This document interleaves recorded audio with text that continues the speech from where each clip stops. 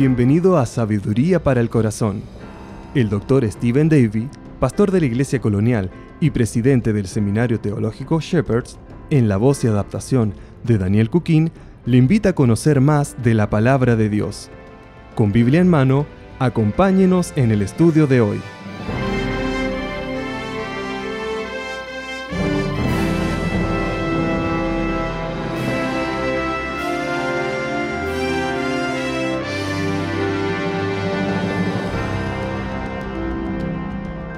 En mi ceremonia de graduación de la escuela secundaria fui el único que no recibió su diploma.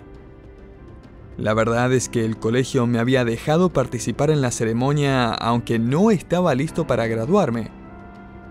Hoy que lo pienso, creo que solo me dejaron participar porque era el pianista de la clase y no iban a poder cantar lo que habían preparado sin mí. Además, era el capellán de la clase y se suponía que tenía que dar una reflexión de 5 minutos. La cuestión es que ese año había reprobado álgebra. Y voy a culpar a la profesora de álgebra por eso. No podíamos hacerle una pregunta sin que se enojara. Era la mujer más gruñona sobre la faz del planeta. Creo que es porque tenía que enseñar álgebra todos los días. Así que después de la ceremonia tuve que retomar la clase sabiendo que si esta vez no pasaba no iba a poder ir a la universidad. Pasé con lo justo. Una universidad me aceptó con la condición de tomar un curso introductorio de álgebra. Apenas pasé esa clase, pero pasé, y ahora vivo feliz sin tener que ver álgebra otra vez en mi vida. El problema es que la matemática no te perdona nada. Es tan exacta.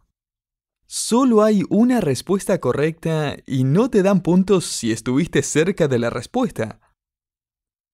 Ahora, no sé usted, pero a mí nunca me dieron puntos extra por lo bien que dibujaba los números.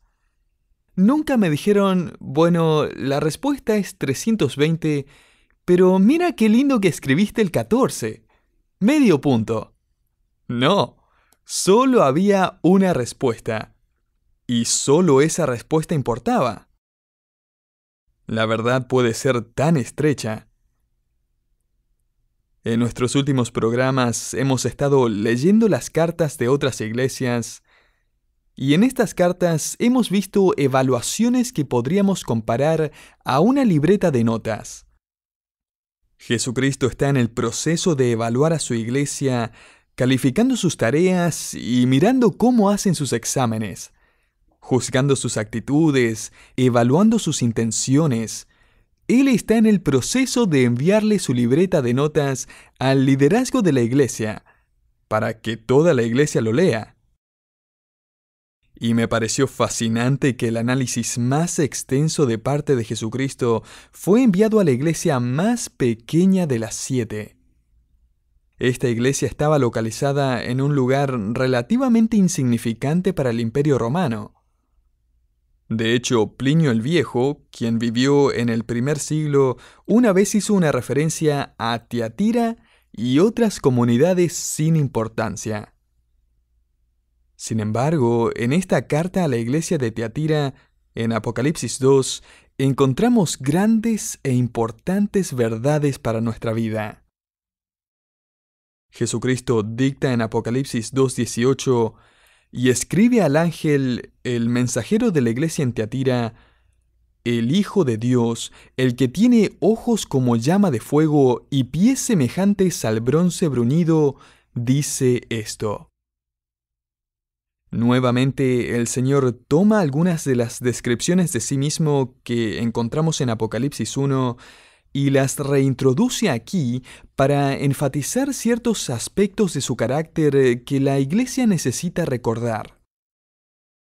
Esta iglesia en Tiatira no estaba dispuesta a disciplinar a sus miembros que vivían en pecado y no se arrepentían, y por eso Jesucristo les dice, vengo con ojos como llama de fuego. Ojos santos que pueden ver todo lo que están haciendo. Y con pies incandescentes, lo que es una referencia a su juicio divino, como vimos en nuestro estudio de Apocalipsis 1. Pero después de esta descripción, el Señor, como siempre, comienza elogiando a la iglesia por lo que ha hecho bien. En Apocalipsis 2:19, Jesucristo elogia a los fieles por 6 características. Él los elogia por sus obras o trabajo, por su amor agape, por su fe, por su servicio, que a todo esto viene de la palabra griega diaconía, de donde sacamos nuestra palabra diácono. Él los elogia también por su perseverancia, al soportar la presión de su entorno con paciencia. Por último, Él los elogia por no relajarse en sus esfuerzos de hacer todo lo que acabamos de mencionar. No como los efesios, sino que, como dice Apocalipsis 2:19, sus obras postreras fueron más que las primeras. Ellos seguían superándose y mejorando lo que habían hecho al principio. Esta era una iglesia ocupada, amorosa, comprometida, fiel, paciente y sufriente, y estaba haciendo cosas más grandes que nunca antes para Dios. Sin embargo, esta iglesia estaba en gran peligro, lo supieran o no sus miembros, porque ahora leemos la crítica, que es una evaluación negativa de parte del Señor a esta iglesia en Tiatira, y Apocalipsis 2:20 dice: «Pero tengo unas pocas cosas contra ti, que toleras que esa mujer Jezabel, que se dice profetiza, enseñe y seduzca a mis siervos a fornicar y a comer cosas sacrificadas a los ídolos». Los registros históricos nos hacen saber que esta ciudad era un centro de comercio y estaba llena de gremios. Es más, a partir de los hallazgos arqueológicos en la antigua Tiatira, los expertos han llegado a la conclusión de que Tiatira tenía más gremios que cualquier otro pueblo de su tamaño en toda Asia. Esto generó un gran problema para la iglesia. El problema era que cada gremio tenía un dios o diosa protectora. No muy distinto a hoy en día, donde ciertas ciudades u oficios tienen un santo o una virgen protectora. Los gremios regularmente comían juntos y derramaban un poco de vino para su dios antes y después de la comida. Esto era como orar dando gracias antes de comer. Además, después de estas fiestas, a la cual se esperaba que todos asistieran como muestra de su lealtad a su profesión, se hacían prácticas religiosas. Lo más común era traer sacerdotisas y participar en ceremonias inmorales bajo el pretexto de honrar a su Dios. Si una persona quería avanzar o permanecer en su negocio, tenía que pertenecer al gremio. Lo que obviamente generó que los cristianos se preguntaran: ¿y bueno, ahora qué hacemos? Porque no podemos mantener nuestra profesión si no atendemos las fiestas de los gremios. ¿Puede un cristiano participar en fiestas idólatras e inmorales y realmente ser un cristiano? Y evidentemente había una mujer muy influyente en la asamblea que decía que sí. Ella enseñaba que uno podía hacer todas esas cosas y aún así ser un buen cristiano. En Apocalipsis 2:20, el Señor llama a esta mujer Jezabel. Y aparentemente ella era una mujer judía. Es poco probable que Jezabel era su nombre verdadero, ya que ese nombre era tan popular para los judíos como lo es Judas para los cristianos. Lo más probable es que el Señor está hablando figurativamente al llamarla Jezabel, ya que en esta iglesia esta mujer estaba haciendo lo mismo que la reina Jezabel había hecho en Israel varios siglos atrás. Es más, una versión de la Biblia traduce esta frase, esa Jezabel de mujer. La historia de la reina Jezabel se encuentra en el primer libro de Reyes, capítulo 16. Ella fue la esposa de un rey de Israel llamado Acab, y Acab nunca debería haberse casado con ella. Jezabel era idólatra y trajo sus dioses al palacio, y el dios más importante que ella tenía era el dios Baal. Baal era su dios de la fertilidad, y se creía que las relaciones de Baal con sus diosas provocaban la primavera. Para adorarlo y para motivarlo, entre comillas, a traer la primavera, se hacían prácticas inmorales. Jezabel había combinado exitosamente la adoración con la inmoralidad, el negocio con la idolatría. Así que Jesucristo le dice a esta iglesia: tengo algo en contra tuyo, que la toleras. Apocalipsis 2:20. Ellos debían arrepentirse de su tolerancia y juzgar el pecado y al pecador no arrepentido en la asamblea. Ellos tenían que encargarse de juzgar a Jezabel. Permítame ahora mostrarle el peligro con el que se estaba enfrentando esta asamblea y toda asamblea al día de hoy que se niega a actuar con la autoridad dada por Cristo y remover la inmoralidad, la idolatría, el pecado de la iglesia. Vamos a notar 6 peligros o consecuencias. En primer lugar, sin disciplina, la iglesia aumenta el engaño del pecado en la mente del pecador.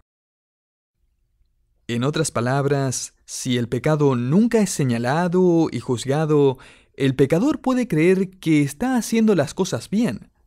Note Apocalipsis 2:20 nuevamente.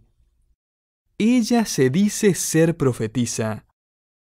O sea, ella afirma y quizás cree que ella está hablando de parte de Dios, cuando realmente está hablando la mentira de Satanás. Y cada uno de sus seguidores, cada persona que habla con ella, cree que ella es una mujer entendida. Estás en lo cierto, Jezabel. Yo era demasiado cerrado de mente. Ahora me he relajado un poco. Estoy disfrutando mi vida. Créame o no, pero he tenido casos de personas que me han dicho: Pastor, desde que dejé a mi esposa y me junté con esta otra mujer, he disfrutado mi relación con Dios como nunca antes. Ella es lo mejor que me ha pasado en la vida. O ahora que me he alejado de la iglesia, estoy más feliz que nunca. Querido oyente, si la iglesia no dice nada al respecto, aquellos que están realmente engañados van a seguir creyendo que están haciendo las cosas bien, cuando en realidad están alejándose más y más de la verdad. Lo mejor que un creyente puede hacer por esa persona no es ignorar su pecado, sino advertirle de su error. El apóstol Pablo escribe: corríjanlo, porque quizás Dios le conceda que se arrepienta para conocer la verdad y escape del lazo del diablo en que está cautivo a voluntad de él. 2 Timoteo 2:25 al 26. El fuego del juicio divino está por venir. Cristo viene con sus ojos como llama de fuego y sus pies incandescentes. Si usted escucha un ruido a las 2 de la mañana, se levanta para mirar por la ventana y ve que la casa de su vecino está por incendiarse, ¿qué hace? ¿Se queda acaso debatiendo? Creo que apreciaría que los dejara tranquilos. O sea, son las 2 de la mañana. Probablemente están dormidos. Y si los levanto, van a tener que correr en pijamas y seguramente van a sentirse incómodos. Mejor no los molesto. ¿Sería eso correcto? ¿Es eso amor? Por supuesto que no. Amor sería salir corriendo hacia su casa, entrar a la fuerza y gritar ¡fuego! Y querido oyente, confrontar al creyente en pecado es amor. La iglesia debe ir y despertar al creyente que está siendo engañado por el placer del pecado, que finalmente lo va a llevar a la ruina espiritual. ¿Va a ser incómodo? Probablemente. pero la iglesia debe hacer el intento amoroso, firme, preocupado y apasionado de rescatar a esa persona antes que el fuego del juicio lo alcance.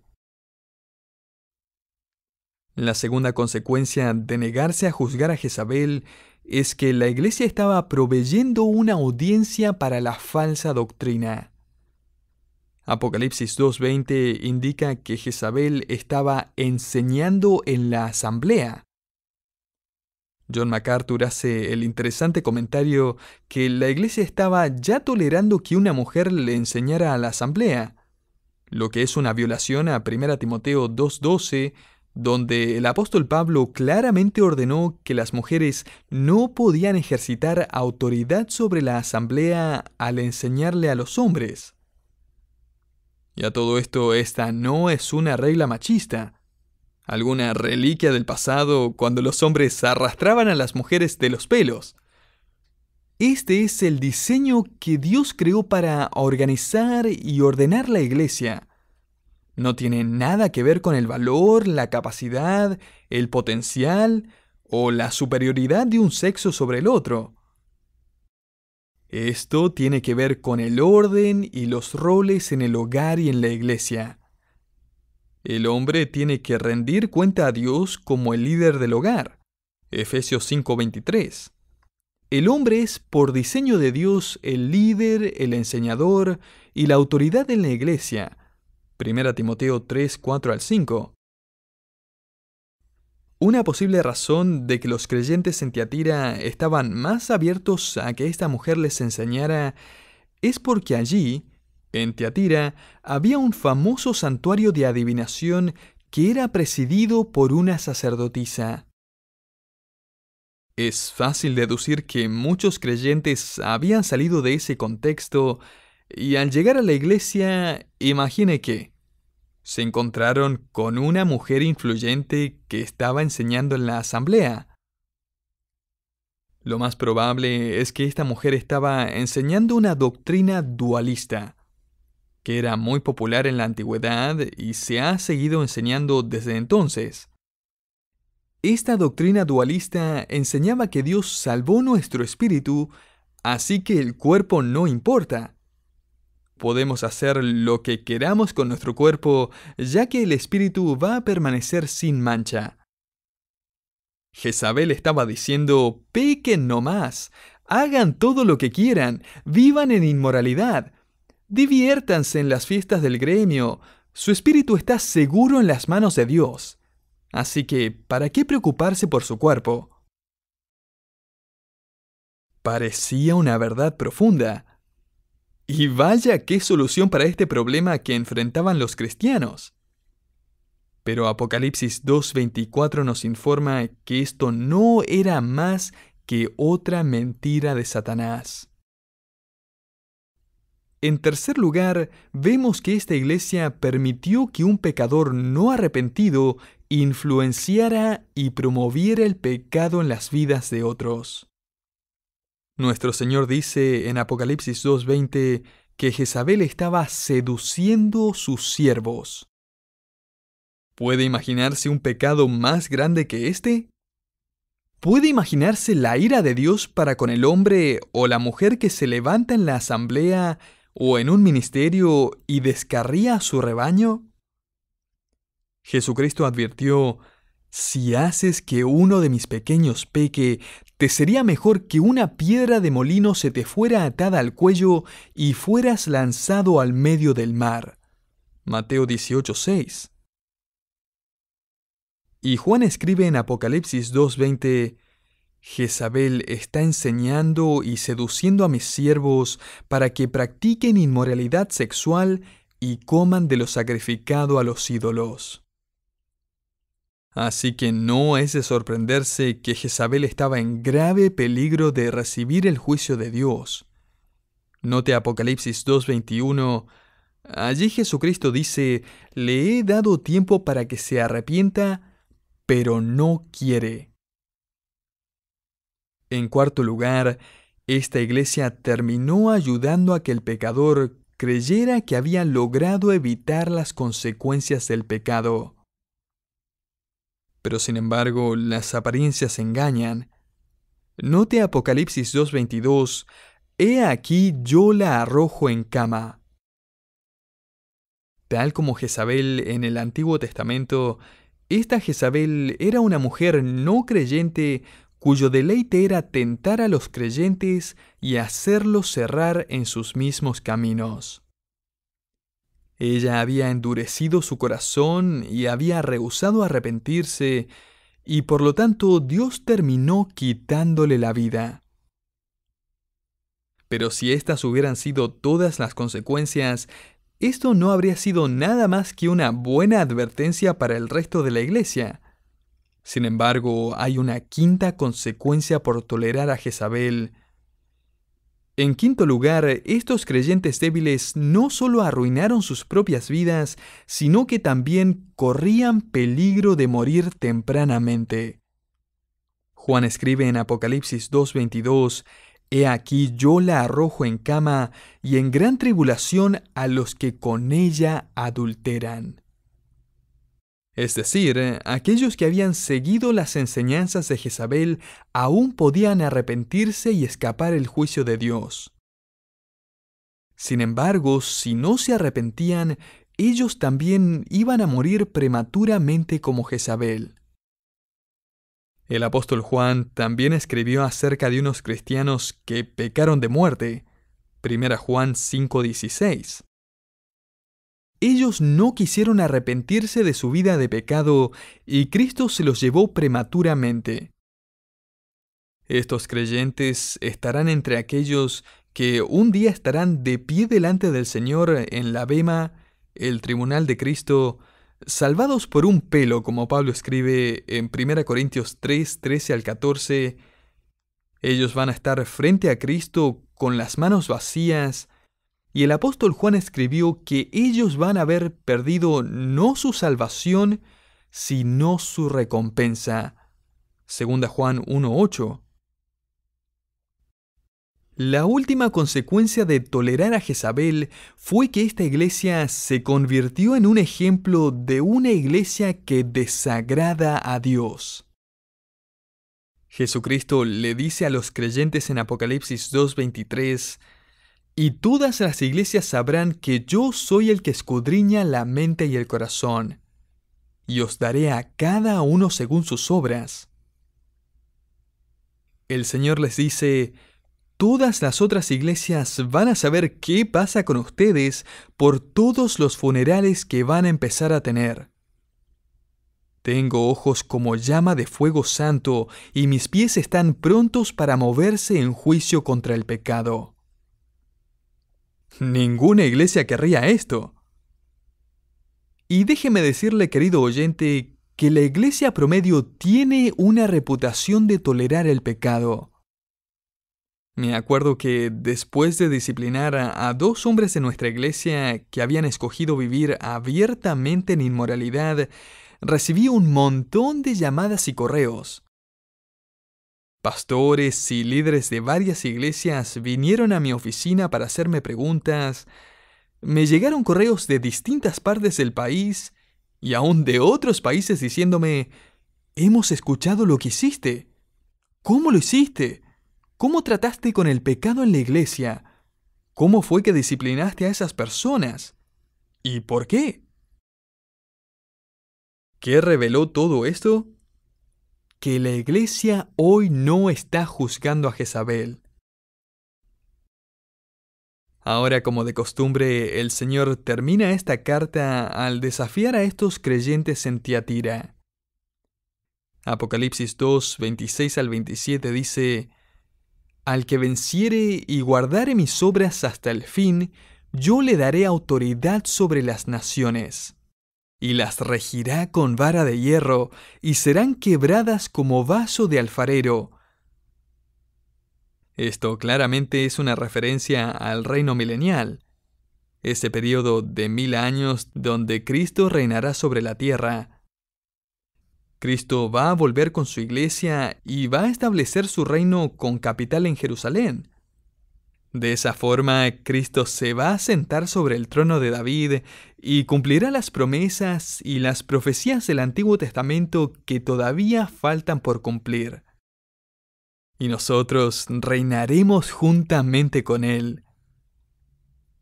Finalmente, en Apocalipsis 2:28 vemos una última promesa. Jesucristo dice, «Y le daré la estrella de la mañana». Esta no puede ser otra sino la promesa de la presencia de Jesucristo.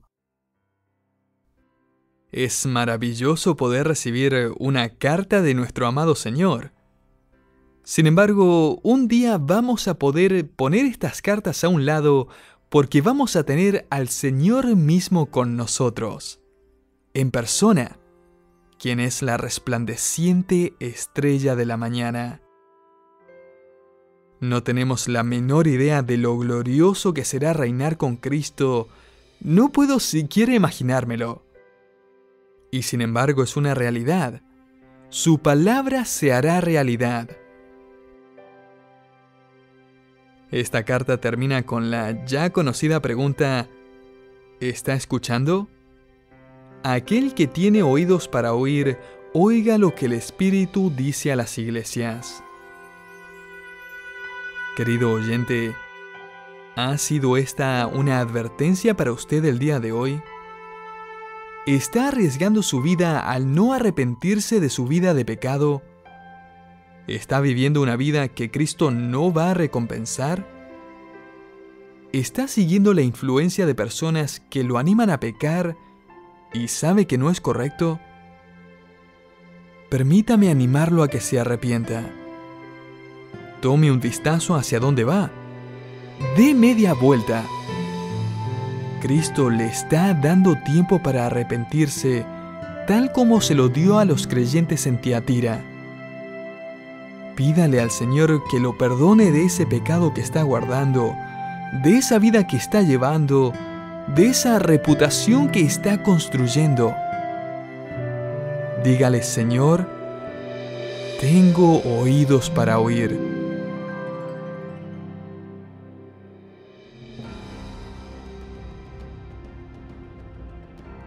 Muchas gracias por habernos acompañado en Sabiduría para el Corazón. Si usted quisiera saber más acerca de este ministerio o quisiera escuchar este programa nuevamente, le invitamos a que visite nuestra página en internet www.sabiduriaespanol.org. También le invitamos a que nos siga en las redes sociales como YouTube, Facebook e Instagram. Finalmente, si quisiera contactarse con nosotros, escríbanos a sabiduría@wisdomonline.org.